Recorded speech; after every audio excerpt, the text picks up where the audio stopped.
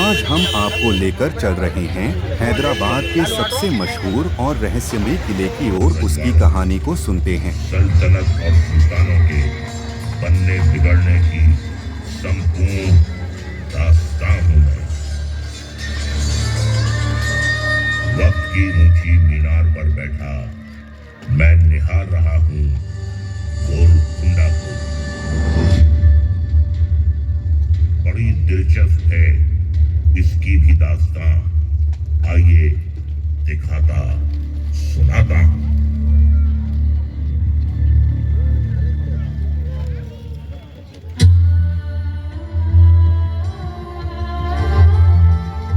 गोलकोंडा नाम दिलचस्प है और इतिहास तो और भी ज्यादा। गोलकोंडा तेलुगु में इसका अर्थ हुआ चरवाहों की पहाड़ी। इसी से नाम पड़ा गोलकोंडा।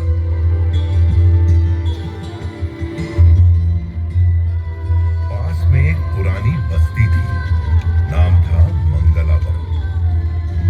उसी से सटी एक विशाल पहाड़ी और उस पर बना ये किला गोलकोंडा। मध्यकाल में बना ये किला तब दक्कन के सबसे मजबूत किलों में से एक था, जिसने दक्कन की राजनीति में बेहद ही महत्वपूर्ण भूमिका निभाई।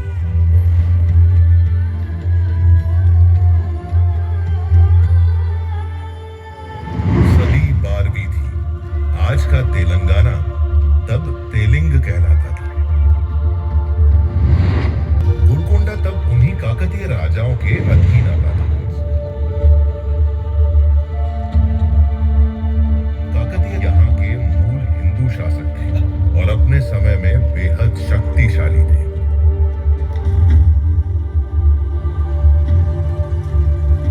देश विदेश में फैल रही उनकी ख्याति ने विदेशी आक्रमणकारियों को इस तरफ आकर्षित करना शुरू कर दिया। ऐसे में अपने साम्राज्य की रक्षा के लिए काकतीय राजा प्रताप रुद्र ने एक बड़ा फैसला किया।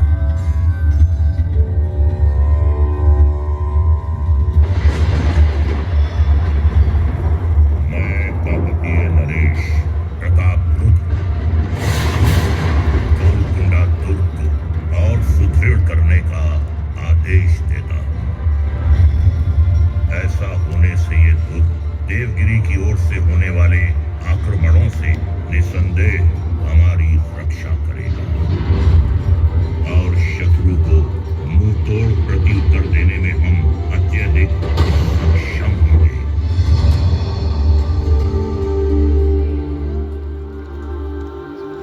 जंग से बड़ी है जंग की तैयारी, जो तैयार नहीं वो नुकसान उठाते हैं भारी।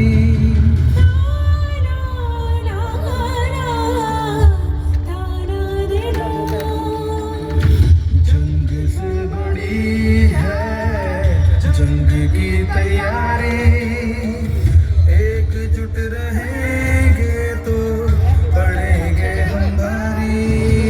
दुश्मनों के आने की आहट हवा में थी, ओढ़ेगा तुम की शान बनाओ में थी। राजा ने किया एक फरमान जारी, गोलकोंडा बनेगा और दुर्गम और भारी।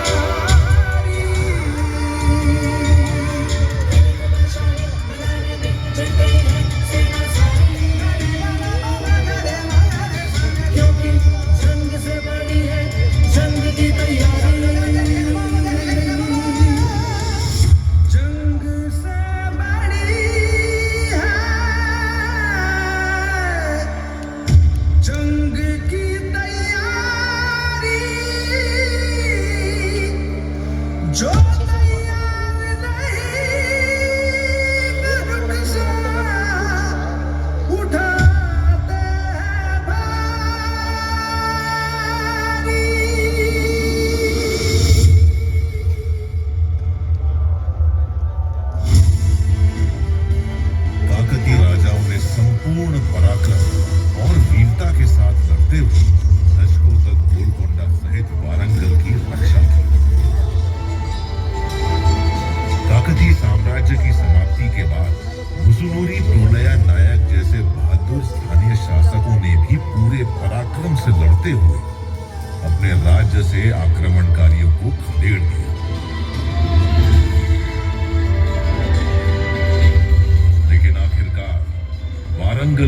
सुरक्षा चक्र में सेंध लग गई।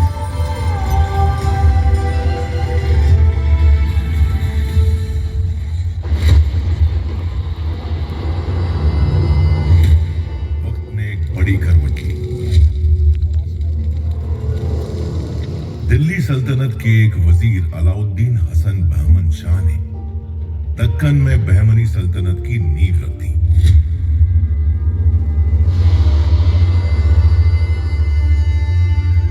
बहमन शाह वारंगल फतह करने का ख्वाब लेकर गोलकुंडा की ओर कूच कर गया। लेकिन उसका सामना हो गया वारंगल साम्राज्य के शासक प्रोलया नायक के उत्तराधिकारी मुसुनूरी कपया नायक से।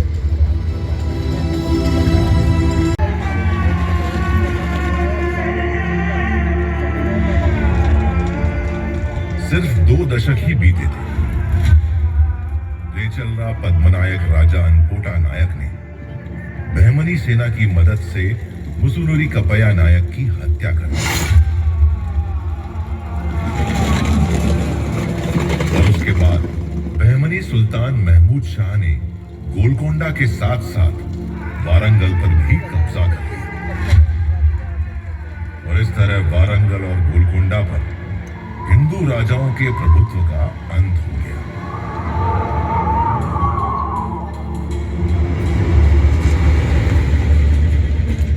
मैं इतिहास वक्त के इस मोड़ पर एक बड़े बदलाव की आहट को महसूस कर रहा हूं।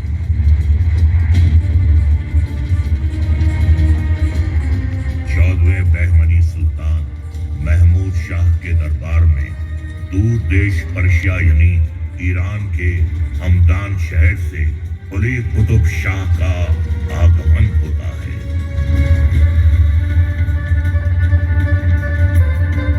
कुली कुतुब शाह बहमनी सल्तनत का अहम सूबेदार बन जाता है। काबिलियत ऐसी कि 7 साल में ही उसे वारंगल का कुतुब उल मुल्क यानी गवर्नर बना दिया जाता है। गोलकुंडा की जागीर सौंप दी जाती है।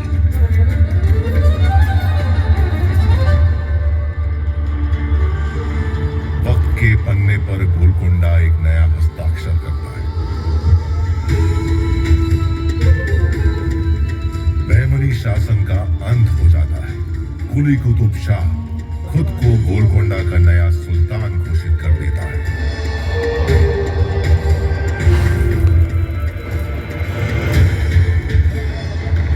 कुली कुतुब शाह खुद को सूबाए तेलंगाना का सुल्तान घोषित करता है।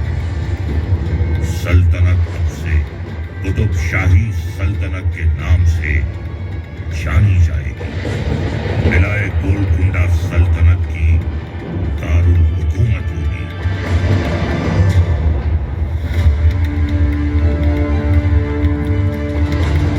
सुल्तान कुली कुतुब उल मुल्क के साथ ही तेलंगाना में कुतुब शाही सल्तनत की नींव पड़ गई। सुल्तान कुली ने गोलकोंडा को अपनी राजधानी बना ली। किले का सौंदर्यीकरण कराया और नाम रख दिया मोहम्मद नगर।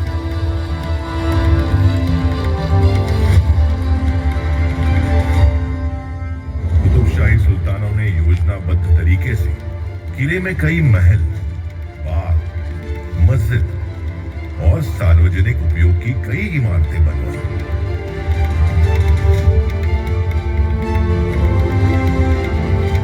7 किलोमीटर के दायरे में फैले इस किले में 8 दरवाजे हैं।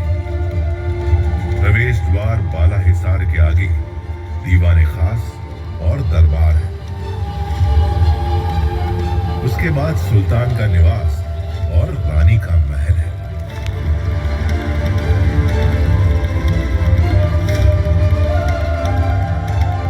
इन सबसे परे है महाकाली मंदिर, जहां अब भी हर साल बड़ी धूमधाम और धार्मिक हर्षोल्लास के साथ आयोजित होती है लोकप्रिय बोनालू यात्रा।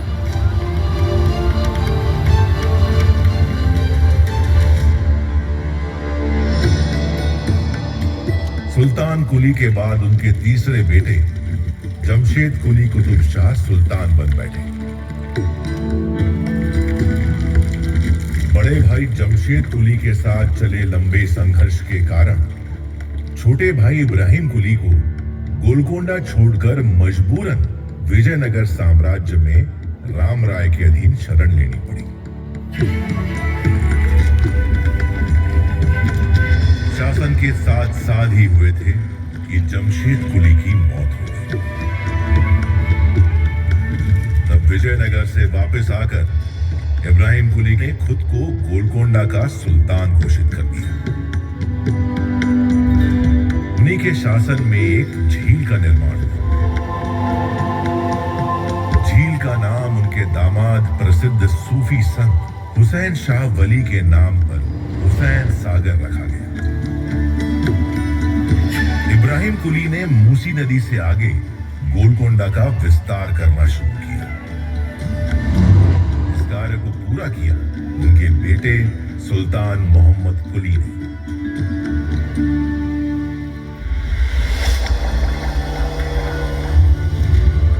फारसी और दक्कनी साहित्य के अलावा तेलुगु भाषा से भी सुल्तान इब्राहिम का गहरा लगाव था।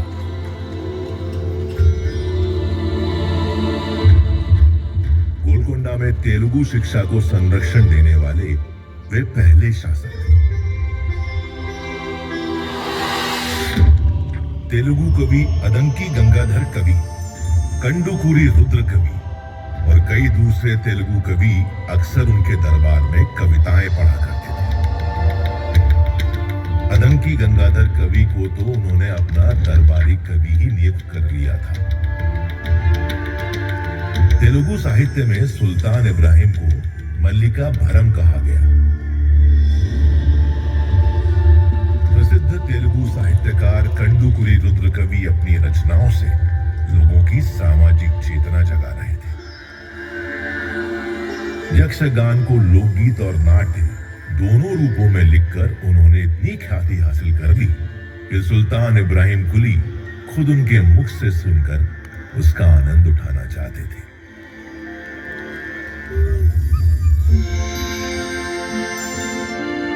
इब्राहिम कुली कुतुब शाह के पुत्र हुए मोहम्मद कुली।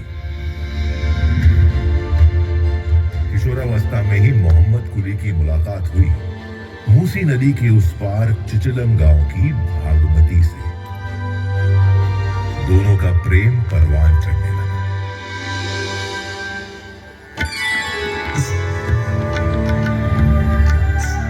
वालिद इब्राहिम कुली ने ज्यादा सख्ती ना दिखाने में ही सल्तनत की भलाई समझी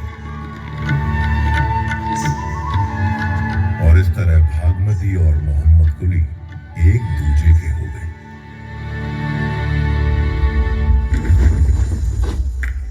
इब्राहिम कुली कुतुब शाह का इंतकाल हो गया।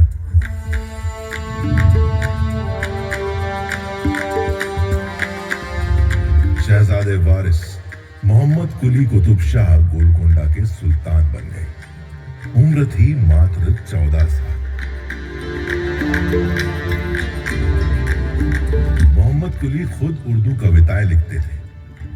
वे उर्दू के ऐसे पहले कवि बन गए जिनकी कविताएं कुलियत नाम से संग्रह रूप में जारी है।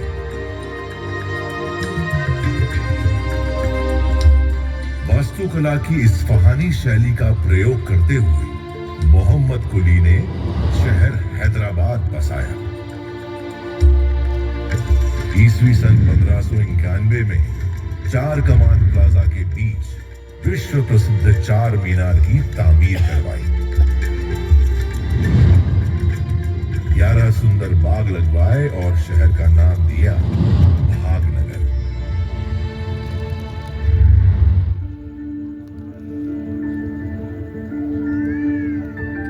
गजब की रोशनी है ये, किधर से आ रही है ये? क्या कोई नूर का पर्वत धरती पर उतर आया है? हाँ, यही सच है। ये एक टुकड़ा अनमोल रत्न हीरा। नूर इसका ऐसा विस्मयकारी कि नाम ही पड़ गया कोहिनूर, यानी रोशनी का पर्वत। ठीक है जी। चश्मे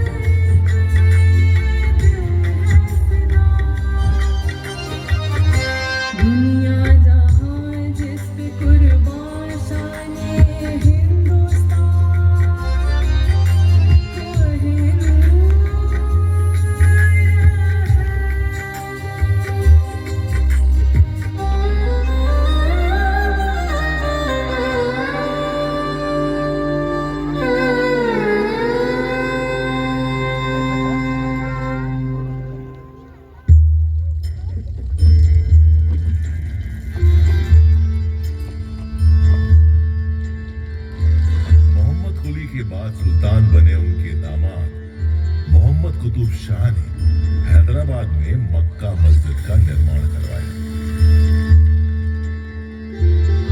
मोहम्मद कुतुब शाह और उनकी पत्नी हयात बख्शी बेगम के बेटे सुल्तान अब्दुल्ला कुतुब शाह के राज में तेलुगु राज्य का विस्तार उत्तर में गंजम से लेकर दक्षिण में चेन्नई तक हो गया।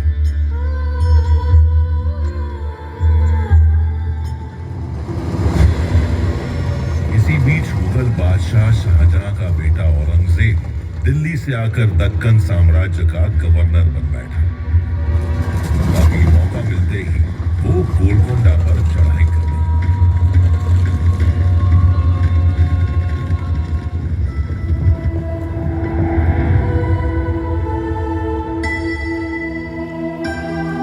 बल से हारे औरंगजेब ने छल का सहारा लिया। सुल्तान अब्दुल्ला कुतुब शाह के साथ उनके अपने ही आदमी ने विश्वासघात किया। औरंगजेब ने सुल्तान को बंदी बनाकर उन्हें उनके ही किले में ही कैद कर दिया।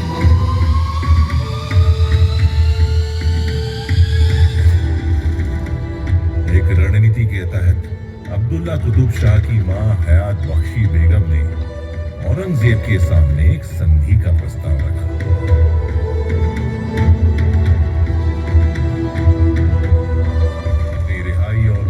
पर राज करने की एवज में अब्दुल्ला कुतुब शाह ने औरंगजेब के बेटे मोहम्मद सुल्तान को रामगीर की जागीर दे दी और उसे अपना दामाद भी कबूल कर लिया।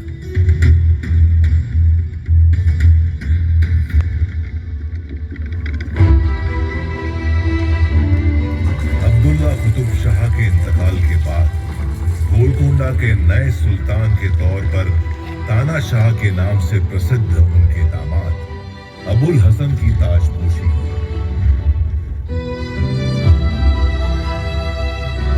अबुल हसन ने शासन के महत्वपूर्ण पदों पर काबिल और सक्षम हिंदू मंत्रियों की नियुक्ति की। उन्हीं में से दो सगे ब्राह्मण बंधु थे, अक्कन्ना और मदन्ना।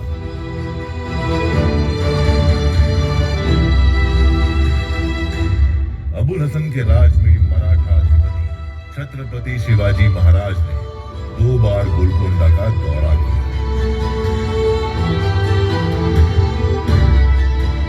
पहले सन 1672 में, फिर सन 1677 में।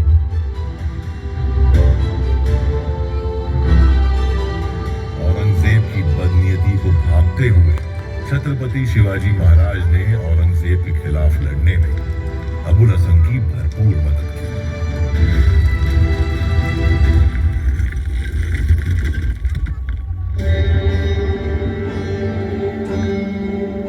सुल्तान अबुल हसन ने अपनी प्रजा से सीधा संवाद बनाना शुरू कर दिया। सुल्तान एक दिन जा पहुंचे कुचिपुड़ी गांव। गांव वालों ने अपना पारंपरिक नृत्य पेश कर उनका स्वागत किया। सुल्तान खुश हुए और उन्होंने इस नृत्य का नाम रख दिया कुचिपुड़ी नृत्य।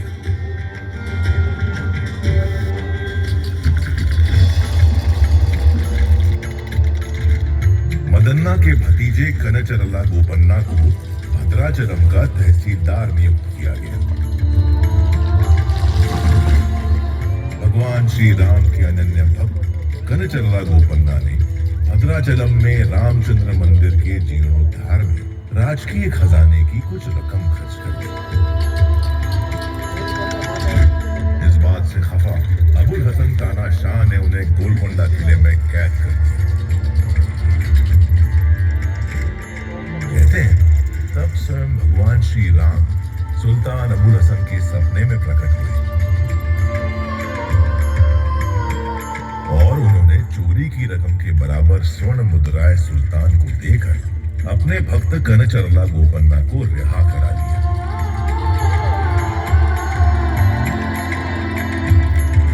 तब से कनचरला गोपन्ना भक्त रामदासू के नाम से प्रसिद्ध हो गए।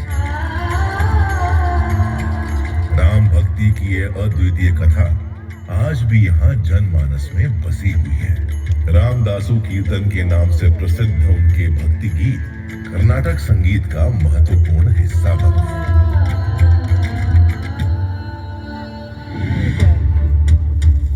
अबुल हसन तानाशाह मुगलों से लड़ने में बीजापुर की मदद कर रहा है और हिंदुओं को मंत्री बना रहा है। इन सब बातों को सुनकर मुगल बादशाह औरंगजेब आग बबूला हो गया। उसने अपने बेटे के नेतृत्व में मुगल सेना को गोलकोंडा रवाना कर दिया। 8 महीने के संघर्ष के बाद वो धोखे से किले में घुसने में कामयाब हो गया। गोलकोंडा का खजाना लूट लिया गया। हिंदू मंत्रियों मदन्ना और अक्कन्ना का सिर कलम कर दिया गया। इतना ही नहीं, अबुल हसन तानाशाह को दौलताबाद किले के काला महल में कैद कर दिया गया। जेल में ही उनकी मौत हो गई और इसी के साथ कुतुब शाही वंश का अंत हो गया। औरंगजेब ने असफ जाही को गोलकोंडा का सूबेदार बना दिया, जिसने आगे चलकर निजाम उल मुल्क के नाम से हैदराबाद में अपनी स्वतंत्र हुकूमत चलाई।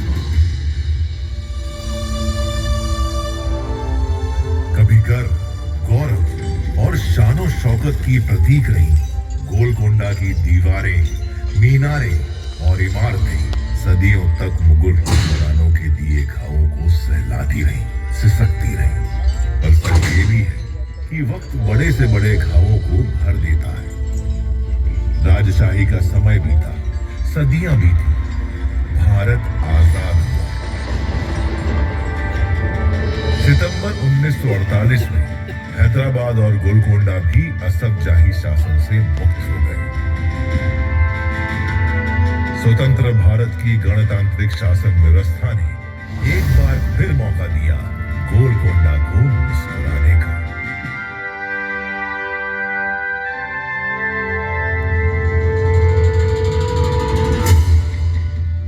इतिहास वक्त के ऊंचे मीनार पर बैठा निहार रहा हूं गोलकुंडा को। अतीत के पन्नों में झांकते हुए एक बार फिर मुस्कुरा उठा है गोलकुंडा।